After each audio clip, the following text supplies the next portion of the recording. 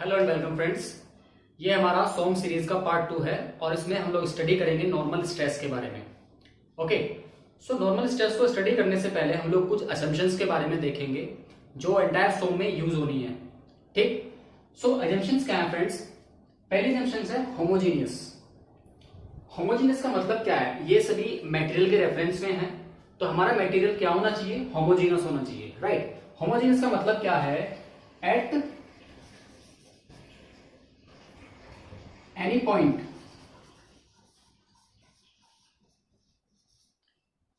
point in given direction,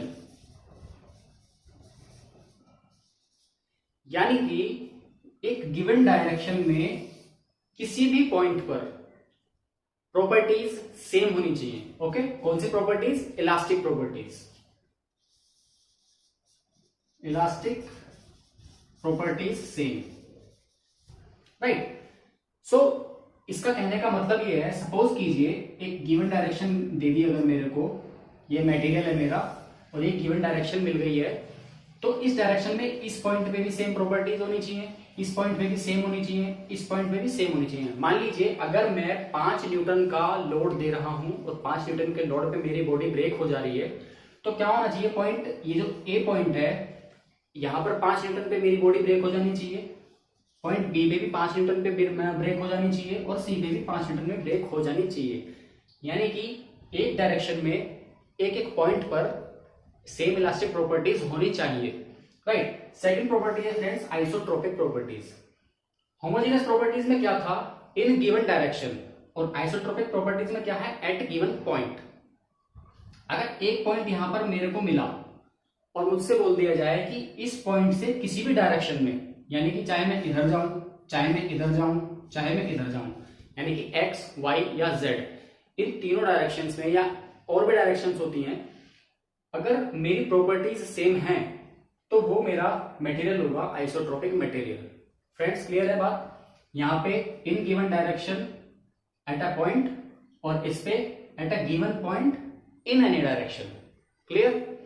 चलिए अब बात करते हैं प्रिज्मेटिक की। सो ओवरऑल अगर देखा जाए तो होमोजेनियस और आइसोट्रोपिक को अगर मिला दिया जाए तो हमें क्या मिलेगा कि जो मेरा मटेरियल है उसे कहीं भी देखो, किसी भी पॉइंट पे देखो, किसी भी डायरेक्शन में देखो, प्रॉपर्टीज हमेशा सेम होनी चाहिए। ओके, चलिए अब बात करते हैं प्रिज्मेटिक की। प्रिज्मेटिक क्या होता है friends? Uniform cross section area. अगर मेरे पास कोई बार है, फॉर एग्जाम्पल ये मेरी एक ब्लॉक है, राइट। इसका क्रॉस सेक्शन क्या है? इसका क्रॉस सेक्शन है स्क्वायर क्रॉस सेक्शन, राइट। इसकी ये डायमेंशन इक्वल है। ओके, ये डायमेंशन इक्वल है, तो ये स्क्वायर बन जाएगा। हमें ये नॉर्मल चीज है, ये पता है। सो क्या होगा कि ये जो एरिया होगा, अगर मैं इसको कट कर दूं और बीच में जो एरिया निकलेगा, ये एरिया ही निकलेगा, सिंपल बात है। तो ये जो एरिया होगा मेरा, ये होगा क्रॉस सेक्शनल एरिया, राइट। इसको मैं डैश कर रहा हूं, इस एरिया को अगर मैं डैश करता हूं तो ये एरिया मेरा कौन सा होगा? क्रॉस सेक्शनल एरिया होगा। ओके, अब क्या होगा? प्रिज्मेटिक का मतलब क्या है कि ये जो एरिया है इस क्रॉस सेक्शन का, ये अगर मैं इस बार में कहीं पर भी जाऊं तो ये एरिया सेम मिले, ये इस तरह से उबड़ खाबड़ ना हो, राइट। सो प्रिज्मेटिक का मतलब है uniform cross sectional area all over the length. अब हम अपने टॉपिक पे आते हैं, नॉर्मल स्ट्रेस। बेसिकली नॉर्मल क्या होता है, मैं आपको पहले भी बता चुका हूं पार्ट फर्स्ट में नॉर्मल लोड के बारे में। सो नॉर्मल होता है सरफेस के 90 डिग्री पे। ओके, सरफेस के 90 डिग्री पे अगर हम कुछ भी अप्लाई कर रहे हैं तो उसको हम नॉर्मल बोल सकते हैं, normal force, normal load. Okay, then stress क्या होता है फ्रेंड्स? स्ट्रेस के बारे में देखते हैं। सपोज कीजिए मेरे पास यहां पर एक बार है, राइट। अब मैं उसको क्या कर रहा हूं? मैं उसको पुलिंग फोर्स दे रहा हूं या पुलिंग लोड दे रहा हूं, ठीक। मान लीजिए ये है मेरा P, मैं इसको P लोड से खींच रहा हूं इस तरह से, तो क्या होगा? इसमें टेंशन पैदा होगी अंदर बॉडी के। सो ये बॉडी क्या करेगी? इंटरनली रेजिस्टेंस प्रोड्यूस करेगी अपने आप को बचाने के लिए, टूटने से बचाने के लिए ये इंटरनल रेजिस्टेंस प्रोड्यूस करेगी। तो वो इंटरनल रेजिस्टेंस क्या होगा, वो होगा स्ट्रेस। ओके, सो स्ट्रेस को हम क्या बोलते हैं फ्रेंड्स, स्ट्रेस होता है friends internal resistance offered by body. Okay, when we pull और पुश द बॉडी। अगर हम इसको कंप्रेस करेंगे, सपोज अगर हम इसको कंप्रेस कर रहे हैं तो क्या होगा, बॉडी छोटा होने की कोशिश करेगी, लेकिन इंटरनली रेजिस्टेंस प्रोड्यूस होगा, वो क्या करेगा, बॉडी को अपनी ओरिजिनल पोजीशन पे लाने की कोशिश करेगा। सो यहां पर क्या डेवलप होगा फ्रेंड्स, नेगेटिव स्ट्रेस, राइट। और यहां पे ऊपर क्या वो हो रहा था, प्रोड्यूस पॉजिटिव स्ट्रेस। अब फ्रेंड्स स्ट्रेस होता क्या है जनरली, ये हमको पता लग गया है। अब इसका अगर हम फॉर्मुलेशन देखें तो ये हो जाएगा हमारा intensity of force per unit area, यानी कि हम इंटेंसिटी क्या दे रहे हैं, पी। अगर हम टेंसाइल की बात कर रहे हैं, ये ऊपर वाला टेंसाइल है, नीचे वाला कंप्रेसिव है, इसको मैं माइनस पी लिख सकता हूं। Okay, so intensity of force per unit area क्या हुआ, पी अपॉन ए। इसको हम बोलते हैं स्ट्रेस, राइट। ये कौन सा होगा, टेंसाइल, क्योंकि ये पॉजिटिव है, राइट। अगर हम बॉडी को कंप्रेस कर रहे हैं तो क्या होगा, माइनस पी अपॉन ए, ठीक, ये होगा कंप्रेसिव। Clear guys. अब हम बात करते हैं इसकी यूनिट्स की। यूनिट्स के लिए हम क्या करेंगे, पी, पी फोर्स हम दे रहे हैं या लोड दे रहे हैं, एक ही बात है। तो क्या होगा, न्यूटन, इसको हम ऐसे लिखते हैं P upon A equals to, तो न्यूटन किसकी यूनिट हुई, फोर्स की। देन एरिया की, अगर हम मान लीजिए हमारा एरिया मीटर्स में है, राइट, तो मीटर्स में लिखेंगे, एमएम में है तो एमएम में लिखेंगे, लेकिन एसआई यूनिट के अकॉर्डिंग हम लोग क्या करेंगे, इसको मीटर्स में लिखेंगे। सो एरिया की यूनिट क्या होती है, मीटर स्क्वायर। ग्रेट। तो न्यूटन पर मीटर स्क्वायर क्या होता है हमारा, इस टर्म्स को, पूरी टर्म को हम बोल सकते हैं पास्कल। ओके, और इसको डिनोट कर सकते हैं पीए से। क्लियर है फ्रेंड्स। और जो स्ट्रेस टर्म है हमारी, इसको हम डिनोट करते हैं किससे, सिग्मा से। तो sigma equals to P upon A, newton पर metre square is the unit, और न्यूटन पर मीटर स्क्वायर को हम क्या बोल सकते हैं, पास्कल। क्लियर। अगर ये नेगेटिव है तो हम यहाँ फोर्स को नेगेटिव में पुट करेंगे। क्लियर, तो हमारा आंसर उसके अकॉर्डिंग आ जाएगा। गाइस अब हम लोग देखते हैं स्ट्रेस डिस्ट्रीब्यूशन डायग्राम। ओके, हमारे पास एक प्रिज्मेटिक बार है, इसको मैं टेंसाइल फोर्स दे रहा हूं, राइट।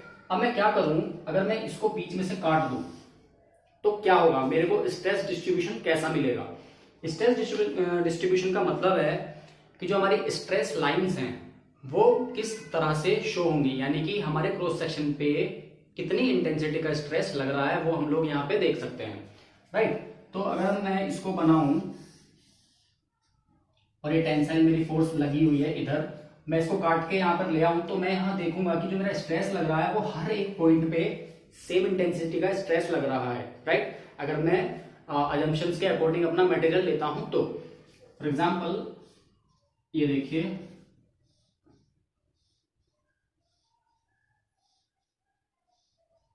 ये स्ट्रेस हमारा सेम लग रहा है, राइट। इसका मतलब ये है कि इस पॉइंट पे सेम स्ट्रेस, सपोज कीजिए 5 पास्कल्स, राइट, 5 न्यूटन पर मीटर स्क्वायर का यहाँ पर स्ट्रेस है इस पॉइंट पे, तो इस पॉइंट पे भी उतना ही होगा, इस पॉइंट पे भी उतना ही होगा, इस पॉइंट पे, यानी कि इतने भी इनफाइनाइट पॉइंट है यहाँ पे, उन सभी इनफाइनाइट पॉइंट्स पे 5 न्यूटन पर मीटर स्क्वायर का स्ट्रेस लगेगा। सेम थिंग कंप्रेसिव में है। कंप्रेसिव में क्या होगा,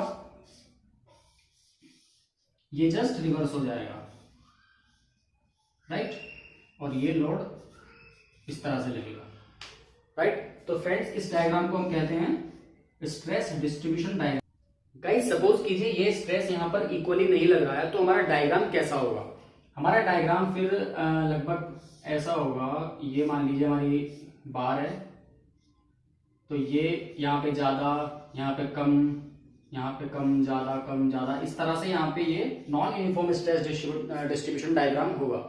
ओके, सो ये कंडीशन हम लोग सॉन्ग में स्टडी नहीं करते हैं, हम लोग स्टडी करते हैं यूनिफॉर्म कंडीशन। तो guys non uniform stress distribution में क्या होगा, जो हमारी स्ट्रेस की वैल्यू होगी वो एवरेज वैल्यू होगी, average value force upon area, right.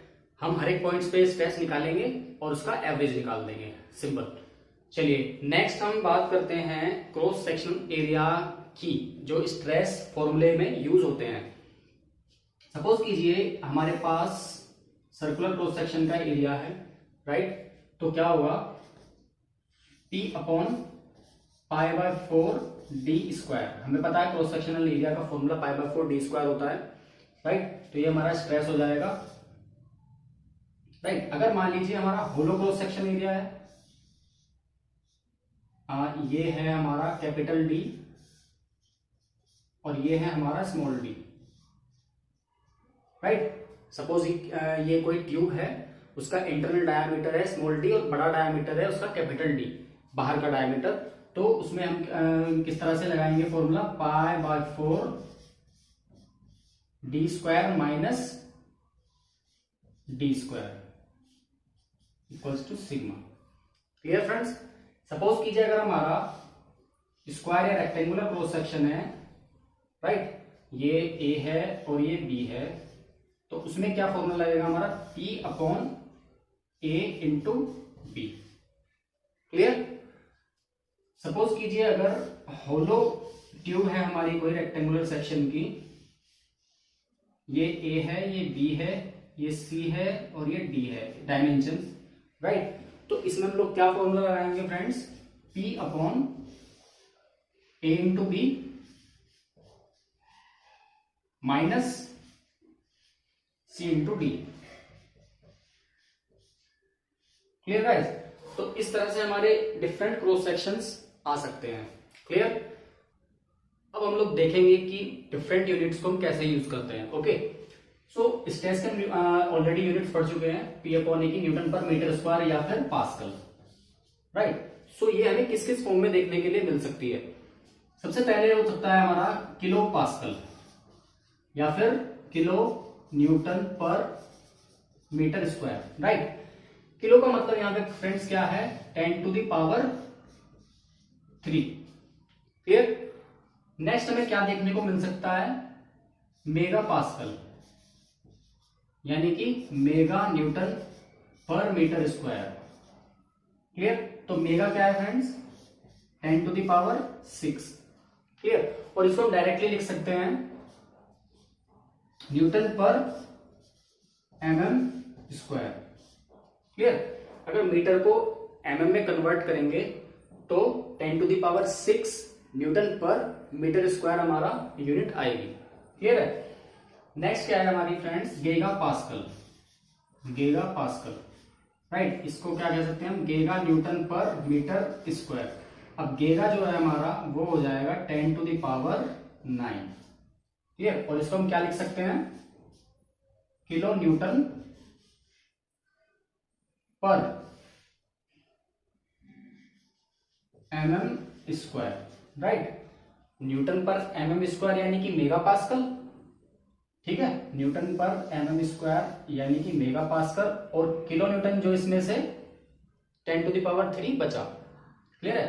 10 to the power 6 mega pascal के लिए और 10 टू द पावर 3 किलो के लिए। तो गाइस हमने यहाँ पर नॉर्मल स्ट्रेस का बेसिक कॉन्सेप्ट देखा, और नेक्स्ट वीडियो यानी कि सॉन्ग सीरीज का पार्ट 3 हमारा होगा शीयर स्ट्रेस के बारे में, और इसके बाद की वीडियो में हम लोग नॉर्मल स्ट्रेस के कुछ क्वेश्चंस करेंगे, राइट। और अब टाइम है फैक्ट इंजेक्शन का।